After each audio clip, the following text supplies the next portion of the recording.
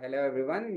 Thank you so much for taking time out of your busy Tuesday to join us today on this exciting session where Karthik and Vivek will simulate a variety of DDoS attacks, including a low rate DDoS attack, which is virtually impossible to catch with static rate limits. So I am Funny, I am your moderator today. Before we get started, a couple of housekeeping notes.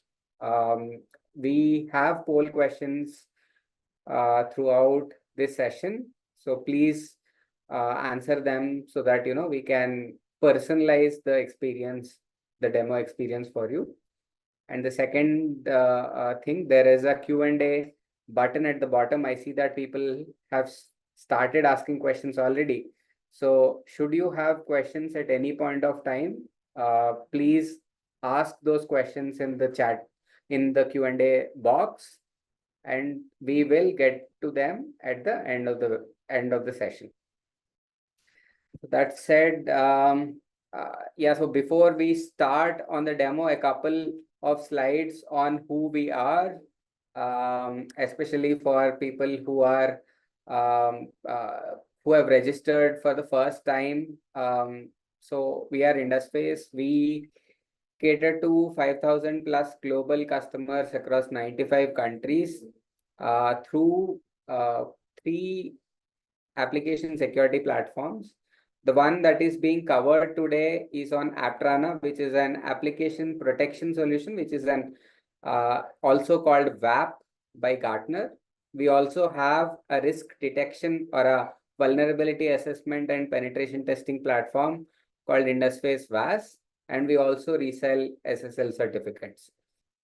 Now coming to compliances, given that we play in the security industry, we are reasonably well compliant, no matter where you are or which industry or regulation that you serve. I think some of these compliances should stand you in good stead.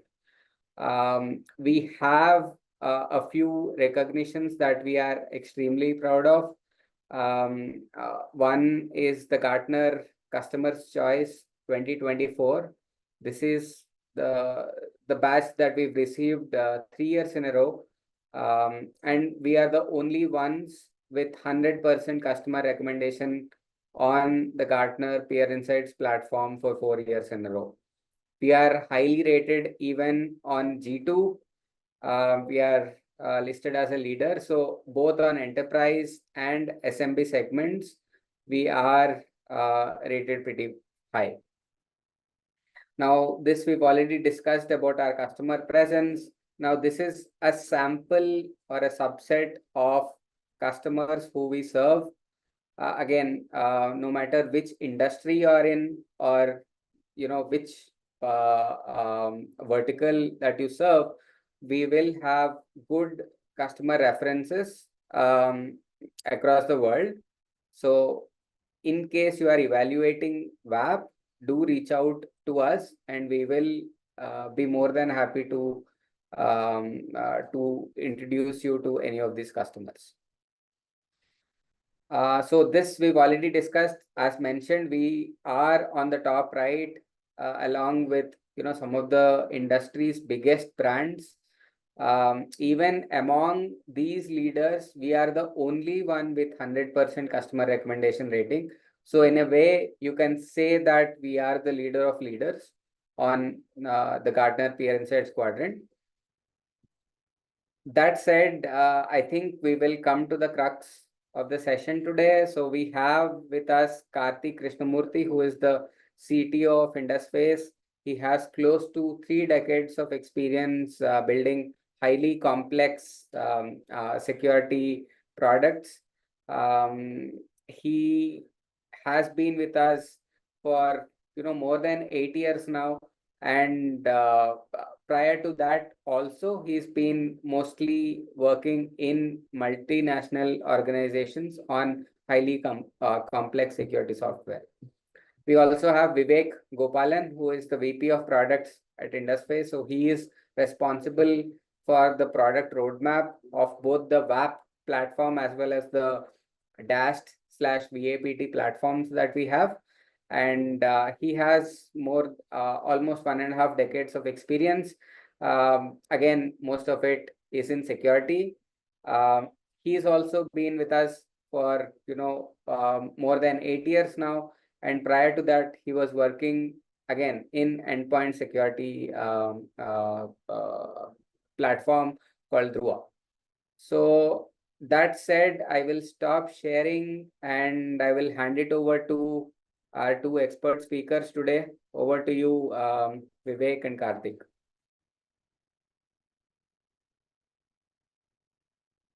Vivek, you are on mute. We can't. Thanks, Mani. Thanks for that wonderful introduction. I hope you are able to hear me now and also able to see my screen now.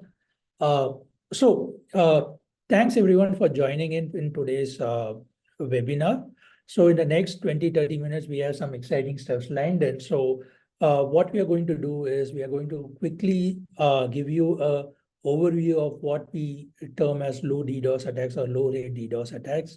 And then we'll cover what are the challenges in protecting such attacks, how these attacks generally tend to go through or bypass the normal mitigation techniques that are put in by other solutions, how our managed DDoS would help to come to protected will be shown by Karthik as part of his live attack simulations. So as part of the live attack simulation, Karthik will be going through various probes that attacker will do on a site, and then how the attackers would end up launching different kinds of attacks and how protection would work. And finally, we will show how these protections will all tie in together in the portal. So that's pretty much the agenda for the next 30 minutes. So let's get started. So what is a low DDoS attack, right? So to provide a context around it, first I would want to give you a context around what is a DDoS attack, or first what's a DOS attack, right? DOS is a denial of service attack where the attacks is generally legitimate requests sent to your server, but it's just voluminous in nature, which eventually means that the resources in your server you run out of resources in the server so that legitimate users cannot access your site. That's denial of service. When the same attack is launched using a lot of machines or a distributed machines, then it's denial of service. The denial of service also is generally a high rate attacks, right? So where each machine is launching significant amount of requests, and then you could eventually your rate limits could kick in and protect against those.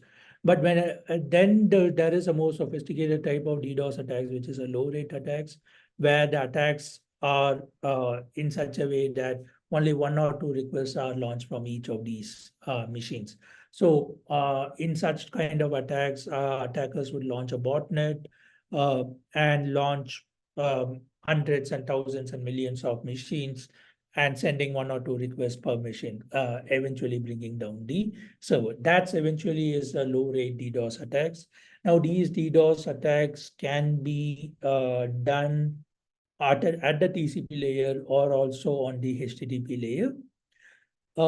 As part of Aptra now, we protect both the layer 3 attacks and the layer 7 attacks. Layer 3 is just by virtue of our infrastructure being protected by these TCP attacks, and we being an intermediate proxy, those requests will not be passed on to your origins. So origins are automatically protected from these DCP type attacks. So in the context of this webinar, we will be concentrating on the HTTP layer attacks. So why is this important, right? We do publish a state of application security report every quarter. As part of this report, we analyze the various sites, how the attacks are evolving, and we publish the trends also. So this is a report that you can download from our website and get into the details. But one of the things that we have highlighted in this report is that nearly 60% of our sites see some form of DDoS attacks every month, right? So that's the magnitude of the attacks that we are seeing. That's the trend that we are seeing. And 50% of these DDoS attacks are generally a low-rate DDoS attacks where attackers employ botnets and create a distributed attack with very low number of requests per machines or IPs. And this is not something that what we are saying, right? This is something that is widely observed in the industry. Every brand is at risk because of these DDoS attacks. Even the major brands have seen such kind of attacks. Last year, when ChatGPT was very much on the news, around November timeframe, OpenAI did acknowledge that their ChatGPT services are being disrupted because of DDoS attacks that's being launched. This eventually meant that people who are not able to access their ChatGPT and use their services. Germany's Federal Financial Authority, their site was under DDoS attack, and for few hours, their site was not accessible for legitimate users. Even Azure has reported some form of DDoS attacks. Late last year or mid last year, we saw a novel HTTP 2 attack, which was widely reported across the industry. Various vendors, including Google, Cloudflare, everyone had reported a huge volume of attacks on this. We were by default protected against this, but again, we also saw a huge volume of attacks. HTTP 2 attacks targeting HTTP2 layer protocols, right? So such attacks are very common. That's essentially the crux of it, and every one of you should be concerned about this and should be looking at what is a viable protection that you should be having for such kind of attacks. So the challenges around the low DDoS attacks are that it generally, these attacks tend to go through or tend to bypass the default or traditional protection policies that are put in place in WAFs, right? The reason behind this is, as with any DDoS attack, these attacks are mimicking a user behavior. It is a request to a home page, probably, but there's just millions and millions of requests across millions of IPs, right? So just by looking at requests at an individual level, you cannot block it. And the thresholds are very low, right? So and it is being across multiple IPs. So what eventually this means is that any identity-based protections that might be there, rate limits, which is on at the identity level, those things would not work, right? Even an IP reputation policies, those would not work. So any behavioral models on a session, on a user, those things would not work. So, and the biggest challenge around mitigating this is how granular do you get? And as granular do you get, are you actually blocking the legitimate users also? Because the end goal of DDoS is to not make your site available for legitimate users. But if you have a protection control in place that eventually blocks the legitimate users, then pretty much the hackers are winning, right? Either they brought down the site because of their attacks or because of the security measures that has been put in place. So these are eventually the challenges that is seen as part of because of this low rate DDoS attacks. So before we go further, a quick poll question. So how confident are you to protect against such kind of attacks? The poll will start now.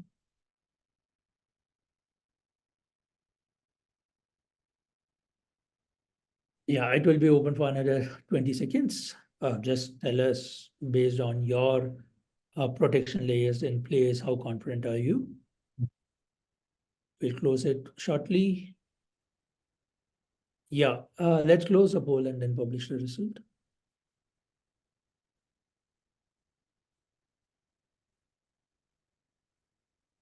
Can you publish the result? Yeah. Okay, around 50% of people have said they are somewhat confident, which is great, and 22% have said they are not confident. This is something, the next thing that we are talking about the attack simulation would probably help you more build your confidence level around where you stand and should you look for alternate solutions to protect against such kind of attacks. So yeah, so now we are going to the crux of this webinar. We will be showing you a live attack simulation. So we'll be walking you through how an hacker will go about attacking a site, various layers of attacks and various layers of defenses that we have. Finally, talking about the low-rate DDoS attacks. So for the attack simulation, I will hand it over to Karthik. Thank you, Vivek. Let me see. Let me just share my screen. Oh, I cannot. Sorry, you'll have to wait. Yeah, I have stopped sharing, so you can share your screen. Okay, I'm doing that now. Sharing the desktop.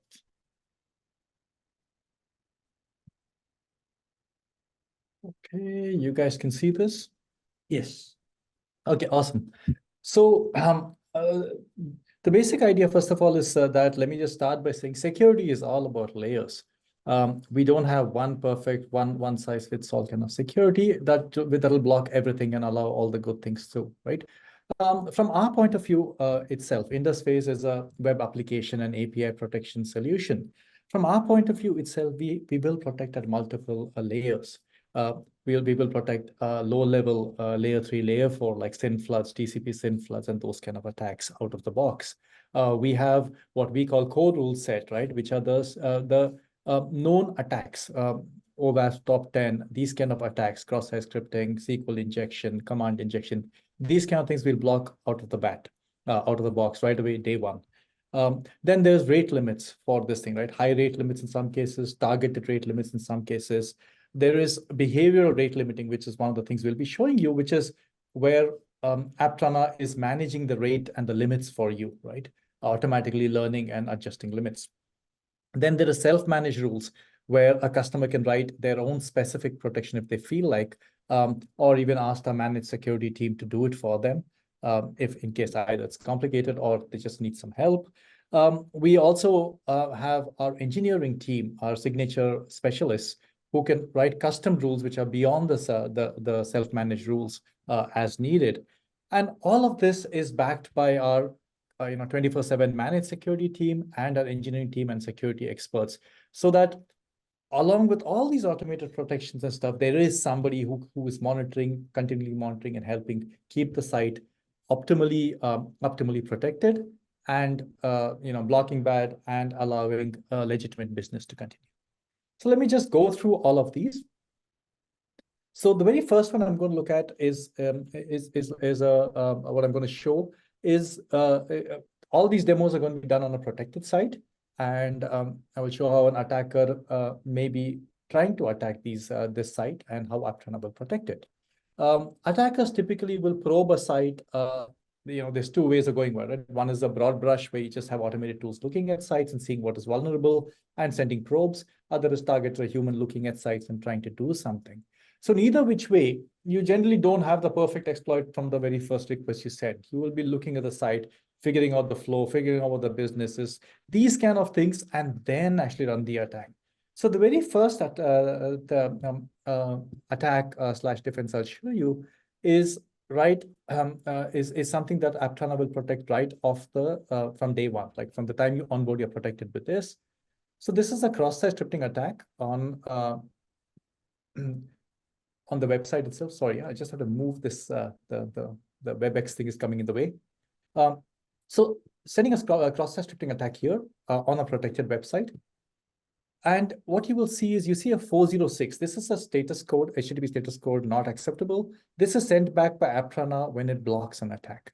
It gives a little bit of details. This is customizable, obviously, but important among here is which IP was blocked and a unique ID that can be used in case you need to talk to support and ask what happened and what got blocked.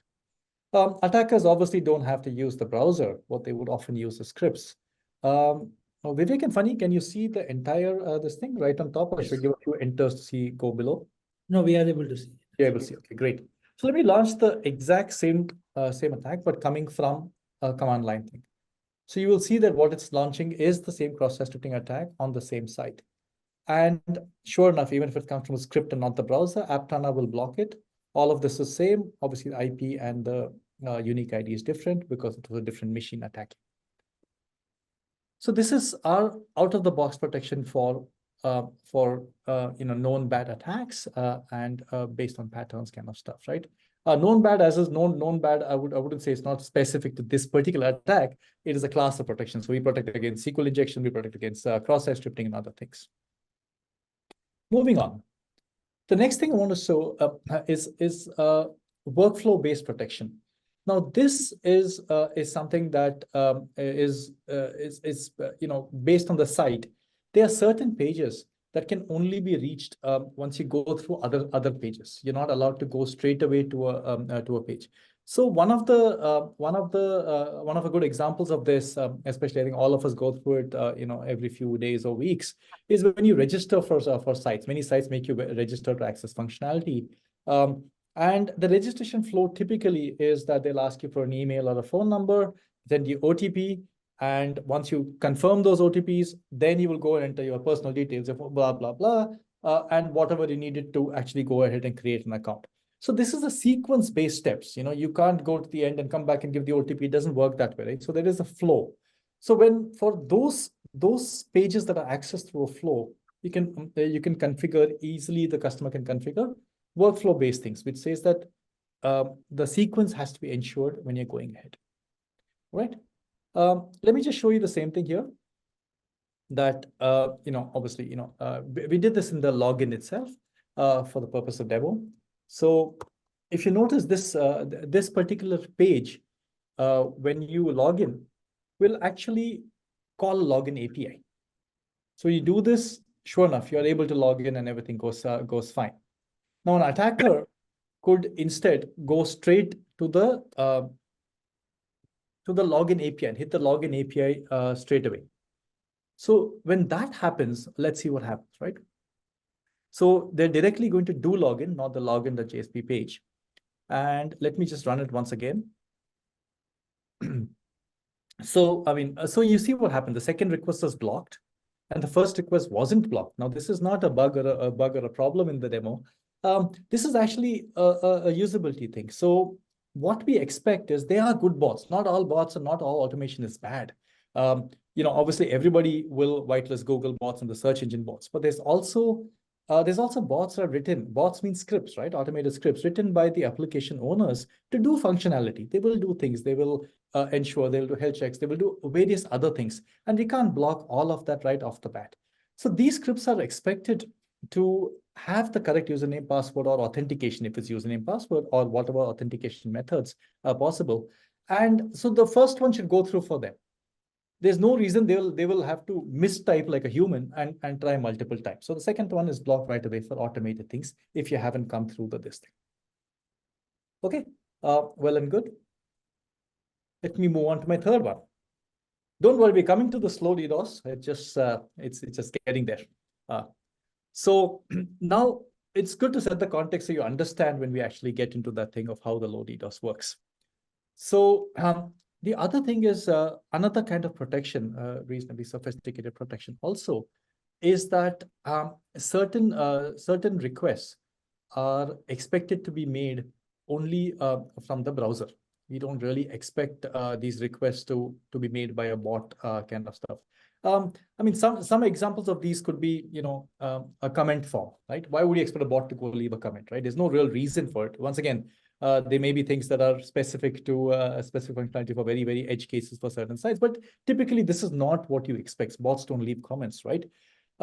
So these kind of things, so certain pages or certain functionality should be available only to a real browser.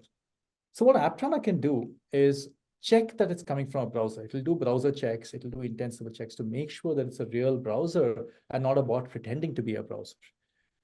And for those things, we will not allow you to go ahead if you're not coming from a proper browser, a human coming from a browser. So once again, let me show you where the functionality here is. Here in the feedback page, this has been enabled, right? So if a human comes by and, okay, this is good enough. And whatever it is, right? Again, webinar. on this site, right? Whatever, they will be able to actually submit it. If you notice the time that's taken, this is because the browser checks are being performed. But yes, it goes through because I'm a human using Chrome, and the comment has been registered with the website, right? Of course, an attacker will not be going through this. An attacker would actually directly, use a script, right? They're not going to be using browsers and doing it manually, right? So the same feedback page I'm going to be hitting, posting the request directly to try and submit feedback. When that happens, you'll see immediately what happens is you're being redirected to a JS challenge, which was what the browser managed to follow and do and continue. Many bots, automated bots and scripts, do not have a full JavaScript context, especially in the sense that depending on the checks, it'll be working on a reasonably recent versions of the browser and not just that basic JavaScript function works. So, I mean, how many of times I do it, it's going to keep telling me, hey, you go solve the JS challenge and only then come back. You're not going to be allowed to go forward without that. And even if somebody actually, if the argument is that if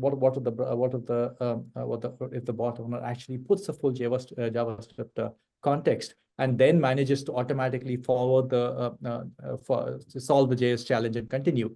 Yes, they can do that. And the reason it's automated is so that the, captchas and all, while they're very useful in some contexts, it's not a great user experience, especially with the new captchas. Honestly, I mean, I don't know about the rest of you, but I have trouble solving many of them, right? It takes me multiple attempts to get past some of these complicated captcha challenges. It's no longer enter these letters and digits. It's becoming more and more tricky and interesting as we go on. So anyway, so this JavaScript challenge, even if a bot is actually going through that, they are going to be taking time, and that is slowing them down, which increases the cost. And that itself is good enough because they will give up the attack sooner. It's costing them money to launch such attacks, and they will keep moving on with this. Anyway, the attack is thwarted. Okay, then let me move on to the next one. Okay, this is behavioral rate limiting defense. Now, this is a high volume DDoS, right? What this means is all DDoS is high traffic. That is typically what distributed DDoS means, right? A lot of traffic coming to website, exhausting the resources of the website, and that's that is the essence of any kind of DDoS attack. Before we come to the low DDoS, the high DDoS is a lot of requests from a single IP, right? That is it. So you're flooding and flooding. So you need fewer machines to flood the server, and it will the general idea is to exhaust the resource of the server, bring the site down, initially degraded performance for legitimate users, and eventually bring it down, kind of stuff, right? So this is the high DDoS kind of stuff. So Aptrona's defenses here are actually we are continually looking at the website traffic, right? We're constantly looking at all traffic goes to us, right? Not only the bad traffic. So we are observing the good traffic and the bad traffic, and we're keeping track of rates, typical usages, what is the flow, how much volume of requests is expected at different places, etc., etc. Based on this, we are setting limits and constantly adjusting limits. So we are learning all the time and adjusting limits all the time so that legitimate users are not affected. The limits are set always high enough so legitimate users are not affected, but any attacker sending very high volumes is going to get blocked before it affects the website. Okay. Let me again go to the here this can't be shown through the browser because it's high volume. No human can type that fast. So this is actually all based on scripts now, right? So let me just launch the high volume DDoS. This is actually attacking the same login page that you saw, but this time the attacker has learned that you can't directly hit the login API, but they have to go through the two-step process. But they're willing to do that to launch the attack and try to get the username passwords. So when I launch it, you'll notice that okay, it went real fast, and this is the essence of a bot, right? It can try a lot of requests in a really short amount of time. So if you notice early on, it was getting redirected login because the passwords were invalid. Username password combinations were invalid, not present on the site. So it was redirecting it, saying, hey, go back and log in, give me the correct details.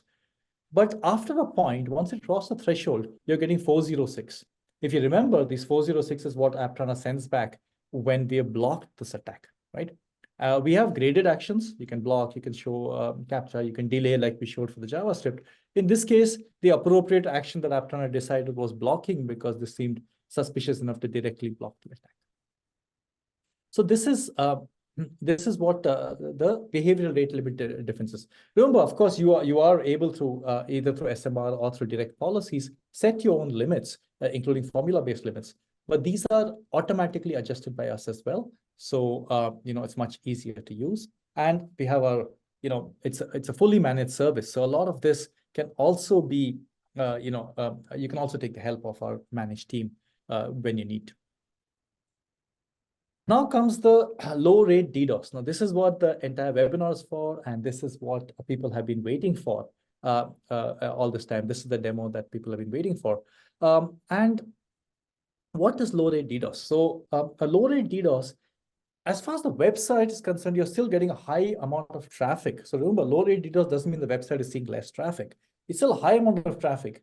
The only thing is this traffic, instead of 10 IPs sending 100,000 requests each, it's 100,000 requests sending 10 requests each. I mean, there's no qualitatively or quantitatively from the website point of view, there is no real difference, right? It's the same thing whether you have 10 rupee notes or 100 rupee notes. It's the same thing, right? So in this sense, the load on the web server is exactly the same. It's only coming across a whole lot of IPs. This is actually much more tricky to detect because when you start, you can't block the first request. So what do you do, right? How many requests before you can analyze and do it?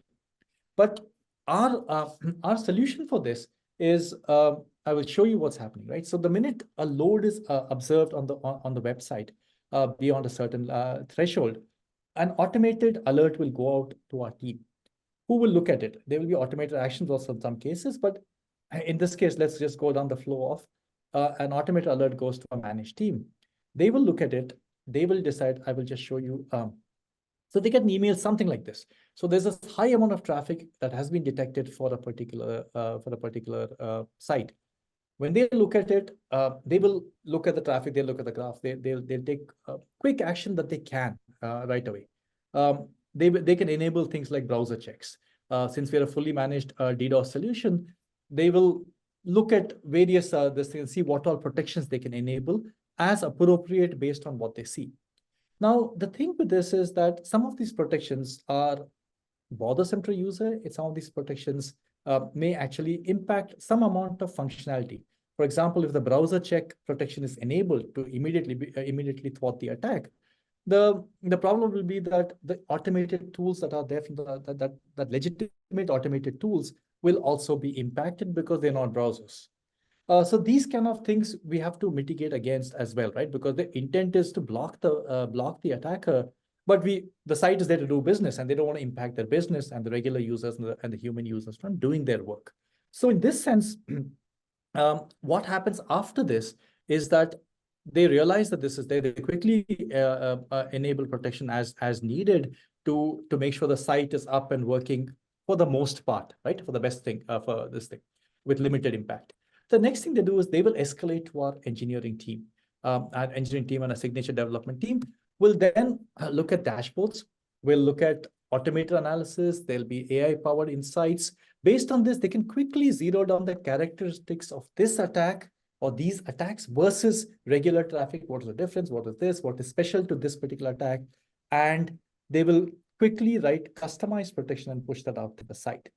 This particular analysis wasn't for the specific attack I'm doing now, but here what was detected was that, there's a specific user agent that is being used by all of these attacks that we don't see in our regular traffic or the other things. So specific custom protection will be pushed.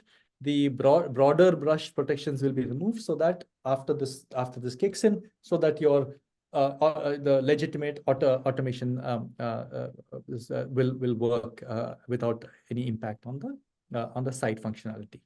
So at this point, before I actually go to a demo, the next thing would be the demo.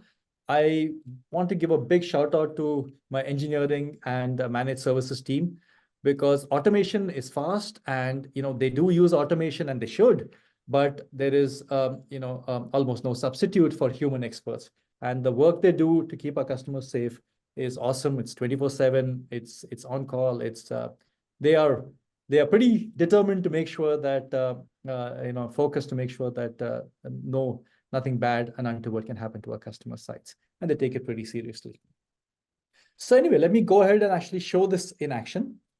So once again, this doesn't make sense in browser. I cannot launch a million browser terminals from different IPs. So what I'm going to do is launch an attack using a bunch of botnets it's unfortunate, but for quite a low amount, you can actually command your botnet, or you can rent botnets for a certain amount of time. So let me just launch it and explain what's happening. So this particular attack is using a lot of IPs, like thousands of IPs, and each IP will not send more than 3 requests a minute, which typically makes it difficult to block them. So let it just start. It's doing what it does to connect a bunch of this thing.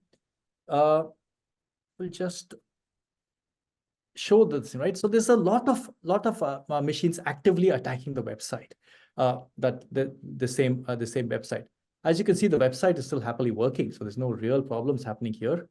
Let me pick any one of these things and show you what actually is happening on these machines. So each of these machines, I can pick anyone, doesn't matter. Anyway, so each of these machines is using botnets to send from different IPs, hit the home page at this point of time. As you can see, there's no 200. Each and every request right from the first one is being blocked here. And that is because of all this analysis that we had said here.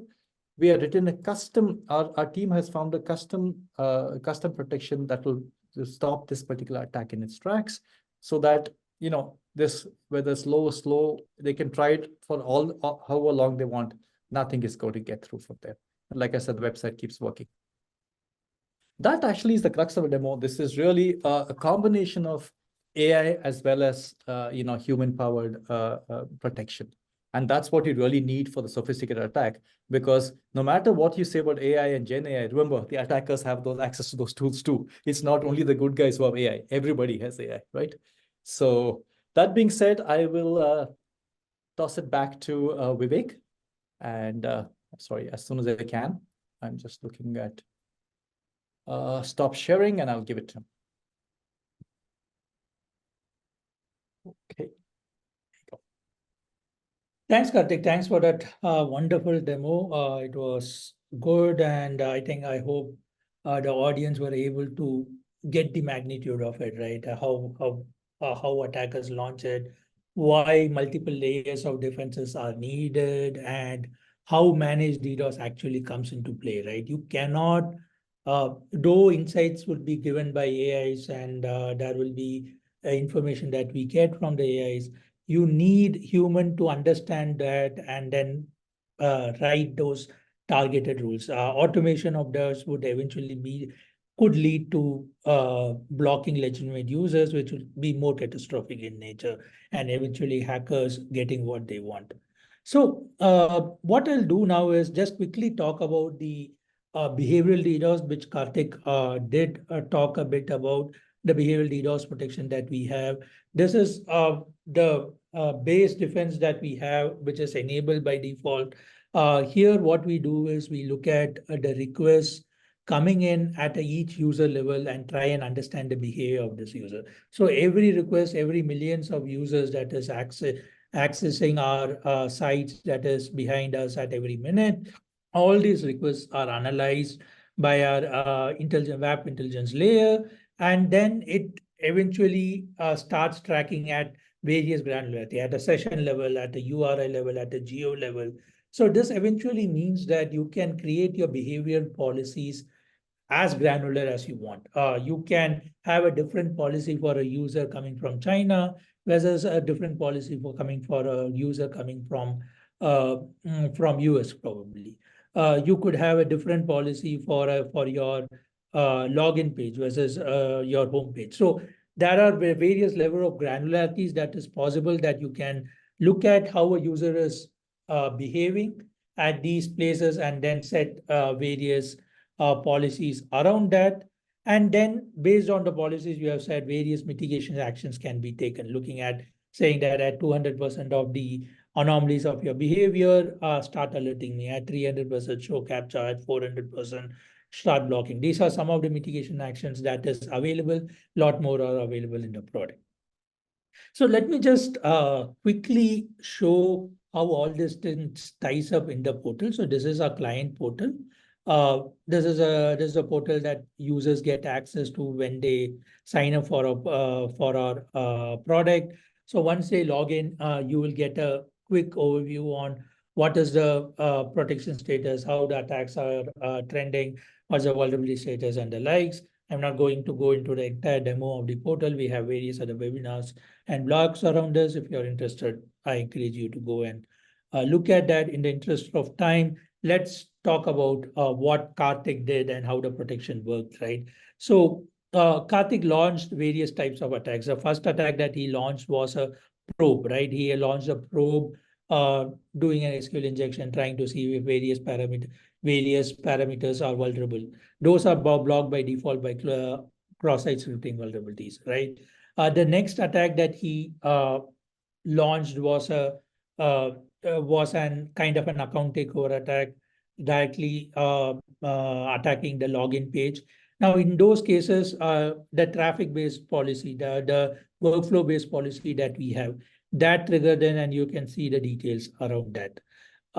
Then the next attack that he did was an attack on a resource which should not be accessed directly, but should be through a browser. In those cases, the JS challenge policies kicked in. We also have the behavioral DDoS policies that I have already talked about, which provides the default protection by the various policies that we have. This essentially gives you the behavioral trends of your user across your application, how they are doing it, and you can create a behavioral level policies here, which would eventually give you how the protection is working. And last but not least, there was a slow DDoS attack that was launched, which was protected across various rules. One of the rules was a header anomaly rule. So this is a header anomaly rule that were created, would have eventually been created by our managed service team. In this case, it's a simulation, but eventually such rules are created by a managed service team. Here it was like the headers that were coming in were anomalous in nature, and because of that, we were able to thwart this attack. So such attacks are quite common. Very recently, one of our customers had attacks for nearly 14, 15 days across millions of IPs, right? And because of the combined force of our default protection with our managed service, we were able to thwart millions of attacks continuously without the site going down, right? So that's the kind of power that we are able to provide because of a combined managed service solution. So this is how a behavioral DDoS attacks would work. So as I was summarizing, right? So ours is an approach where we take a combination of AI. We definitely believe that AI should be used in the security world. It helps understand and come up with insights that a human would not be able to quickly do it, but it is also prone to issues, right? You cannot take those and quickly automate or immediate or have an automated policy decisions around that, because some of these would not take the business business needs into context. Some of it would not take the website needs into context.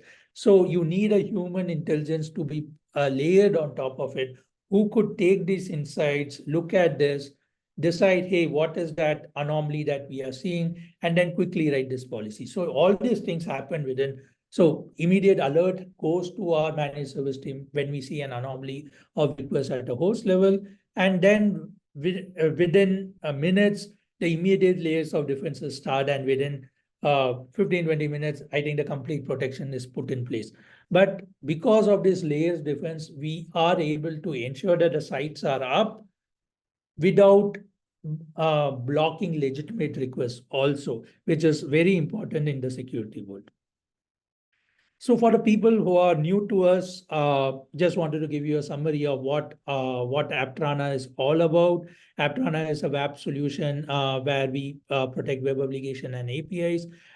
We are the only providers who take a risk-based approach to web application and API protection. What we do is we first start with discovery. We do a scan of your external attack surface and give you what all the assets that are part of you, a part of your organization, so that there are no shadow IT that you are not aware of.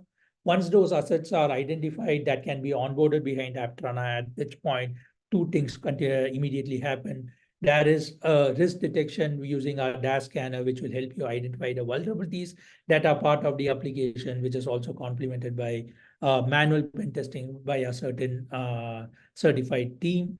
So you get the entire risk posture of your application. And then also the protection starts, which will give you immediate protection for your application. And we also do a false positive monitoring to ensure that none of these rules are misfiring based on your application's need. We fine-tune it without expecting customers to fine-tune it, ensuring that there are no false positives so that the site remains in block mode from day zero. Another major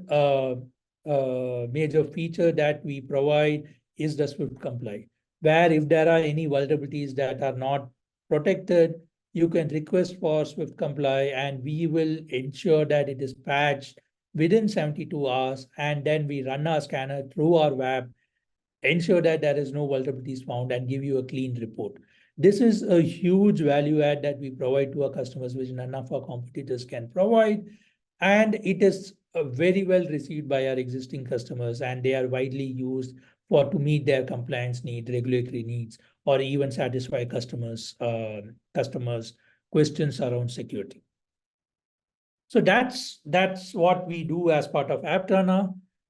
Given the current context around what happened in the last 2 weeks, I'll be doing a disservice for my engineering team if I don't talk about our approach, our core tenet of design of failure. What happened with CrowdStrike was unfortunate. The disasters can happen. Everyone is vulnerable to such kind of disasters. We are not saying we are immune to it. It can happen to us also. But what we are saying is we anticipate these failures as part of our design. At every layer, we think about it and we think about the mitigation steps that we can put in place to minimize the effect that can have to our customers. So one of the such features is the fail-safe mechanism that we have inbuilt in our Aptrana product, which is called as a bypass feature, where we have a parallel infrastructure always running. So when say this is also used all the time by our customers to identify whether the issue is with Aptrana or with their application. So when their application changes, they might see some issues, but at that point, they might not be aware whether it is because of the protection in place or it is directly because of the application. So in such cases, they do use this bypass feature, bypass the traffic through the parallel infrastructure, ensure that the site is up before coming back to us. But this is also used in case of any eventualities, disasters that unlikely event that there's an infrastructure issue at an Aptrana level. We constantly monitor our infrastructure. We constantly monitor all the application behind us. If there is any issues with the application and if it is because of us, our automatic fail-safe mechanism kicks in, ensuring that the site is available all the time. So this is something that is our core tenet. This is not the only feature. We do multiple layers we put in to ensure that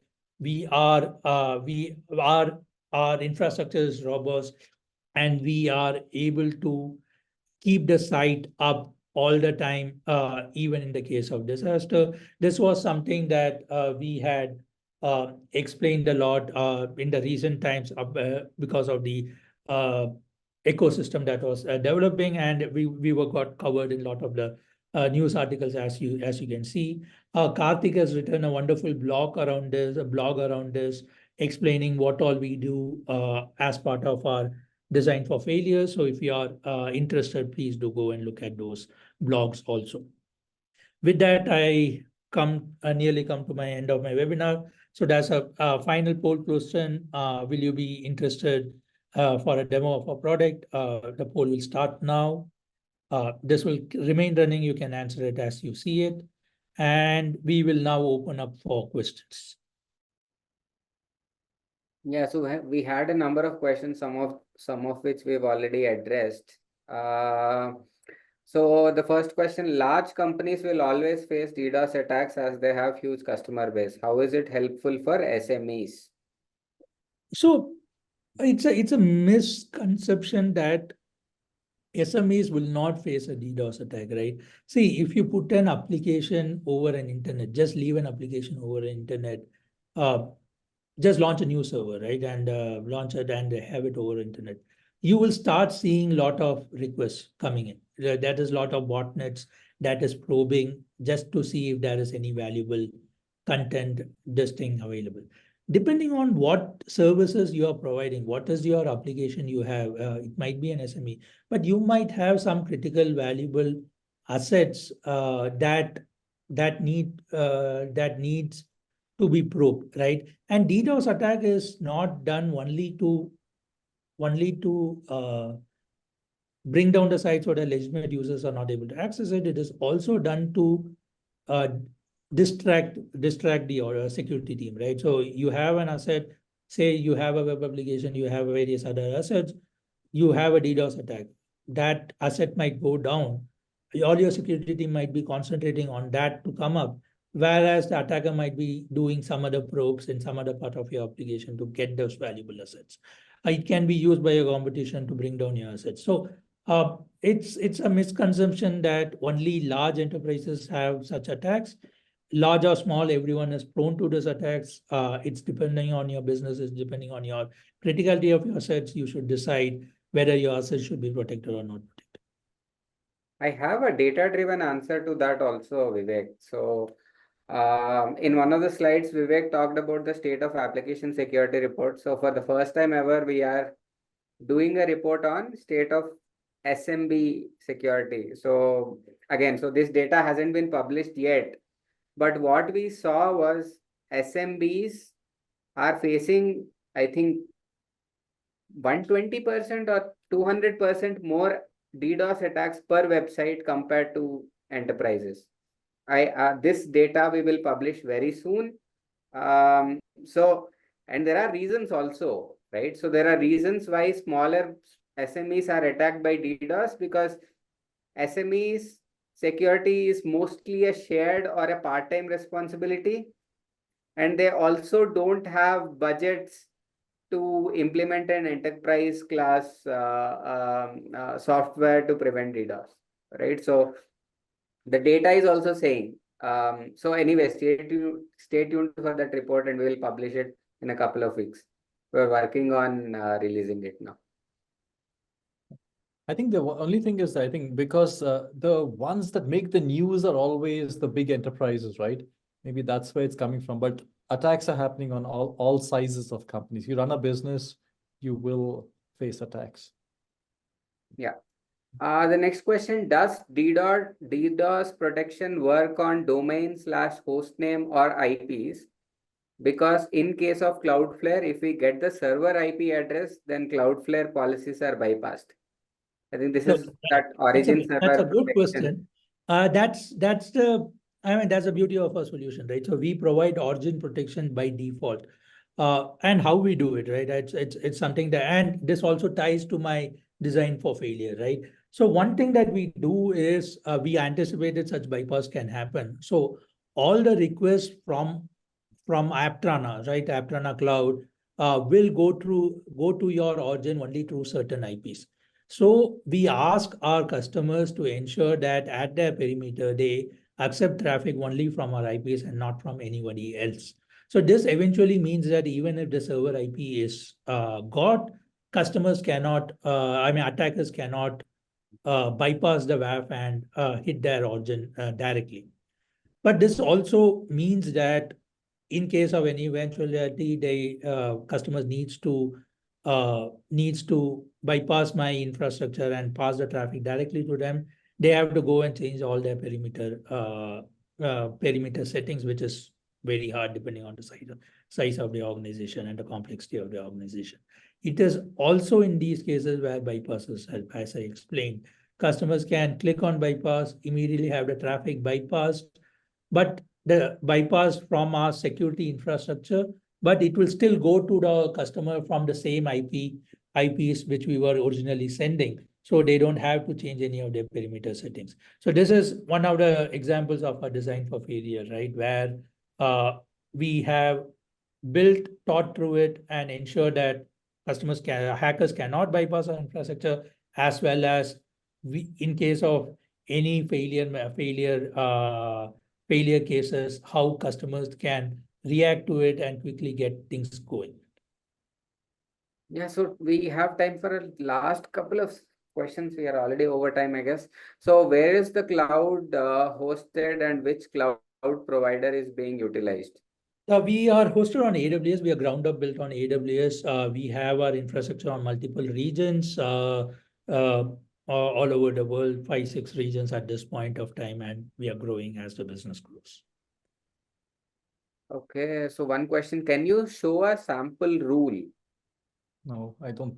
I mean, one, it's in terms of what we are doing or what was demoed today, not everything is rules. Some of it is code, some of it is analysis, some of it is automated kind of stuff.